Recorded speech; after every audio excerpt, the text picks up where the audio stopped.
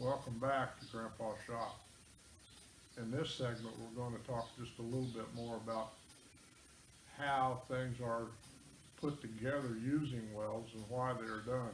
There's many things to be learned through this process. Right at this point, we have just given you a very short overview of the various segments of what welding and the different types of tools and so forth that are all employed into the whole process. Each segment is just a part of a whole, if you want to think of it in that way.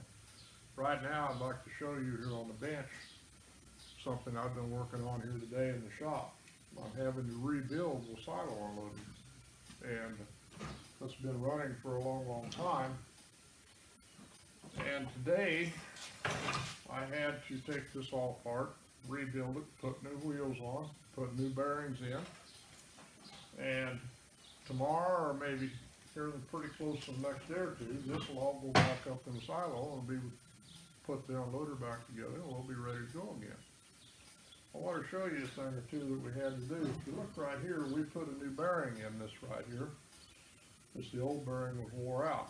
I don't know why. It's only been running about 40 years. Something wrong with it, what can you say? This was the old bearing, and so we got a new bearing which was of a different type, so we had to modify. In the process of doing that, we had to take a torch and we had to make this hole bigger in order to accommodate the new bearing that came from the factory. It's all part of it.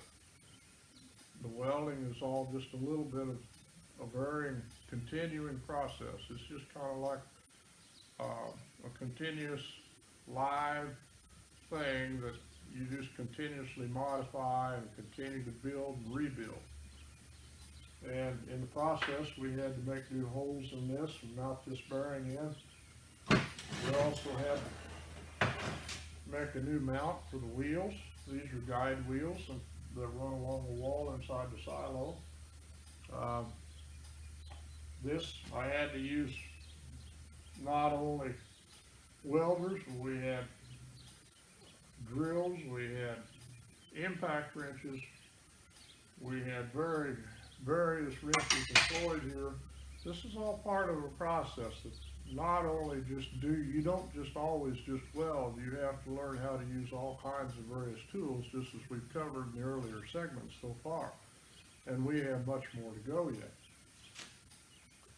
This particular stuff in this little cup right here, this is what we call never cease, and its job is to keep things from rusting together. When we apply this to threads and so forth, it stops bolts from rusting together over time. If you notice right here, this was an old wheel that we just took off. See how much this is wore compared to the new one that I had to put on?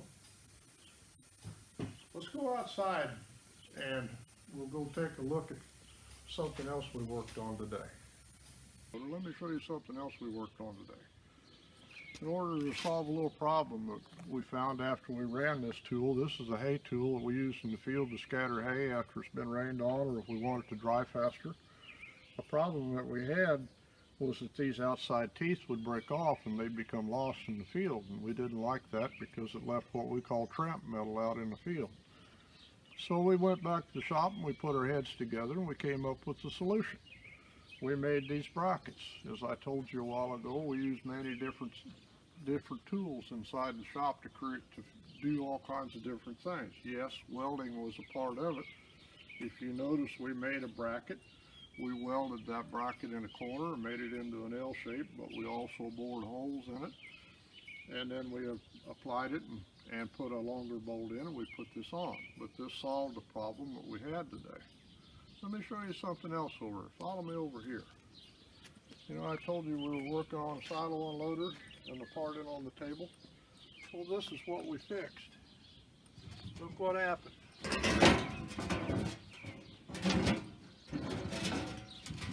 It broke. What do we do now? How do you fix it? Sometimes you can't fix it. Sometimes you have to go buy a new piece. That's what I have right here. We've got a brand new auger. And this is going to go in the silo to repair the auger that broke. Sometimes that happens too. Not always can we always fix things. We have to stop and kind of think a little bit. Okay, what do we do now? And so, you know, think about that when you're working on things. Yeah, a lot of things we can fix, a lot of things we can build, a lot of things we can do. But there's also times when you have to understand that sometimes it's better to go find a new piece. And not necessarily can you always do that and do it easy. So think about that a little bit.